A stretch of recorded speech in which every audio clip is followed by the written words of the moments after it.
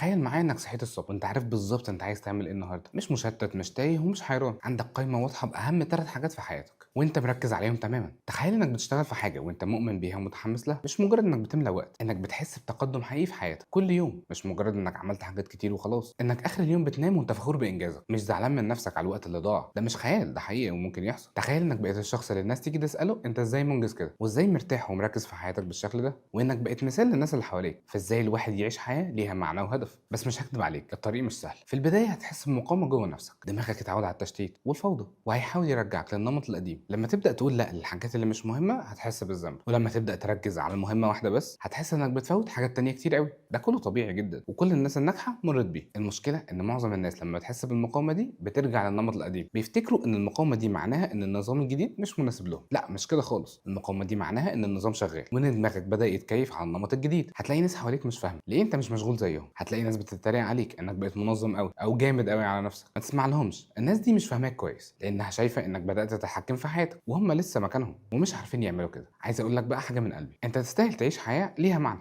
تستاهل تصحى كل يوم وانت متحمس للي هتعمله، مش خايف من كتر المسؤوليات اللي عليك. تستاهل تحس بالفخر لنفسك كل يوم، مش بالندم على الوقت اللي ضاع منك. كل الناس اللي حواليك عايشين في فوضى وكلهم بيشتكوا من ضغط الوقت والمسؤوليات. ده مش معناه ان ده المفروض او ده اللي لازم يحصل للناس كلها، ده معناه ان معظم الناس مش عارفه الطريقه الصح للتعامل مع حياتها. بس انت دلوقتي عارف، ومش هقول لك ان التغيير هيحصل بين يوم وليله لان ده مش حقيقي، بس هقول لك ان كل يوم هتطبق فيه النظام ده هتحس بتحسن، هتحس انك بتاخد خطوه لقدام مش واقف مكانك او حتى بترجع لورا. وفي الايام الصعبه لما هتحس انك تعبان او مش عارف تكمل، افتكر سيف لما كان قاعد قدامي كان تعبان ومحبط، وافتكره دلوقتي هو مبسوط ومطمن وحاسس بالسيطره على حياته. افتكر داليا لما كانت بتشتغل 14 ساعه وحاسه انها مش بتتقدم، وافتكرها دلوقتي وهي بتحقق احلامها في نص الوقت ده. افتكر ادم لما كان محبط ومش عارف هو رايح فين، وافتكره دلوقتي وهو واثق في نفسه ومركز على هدفه.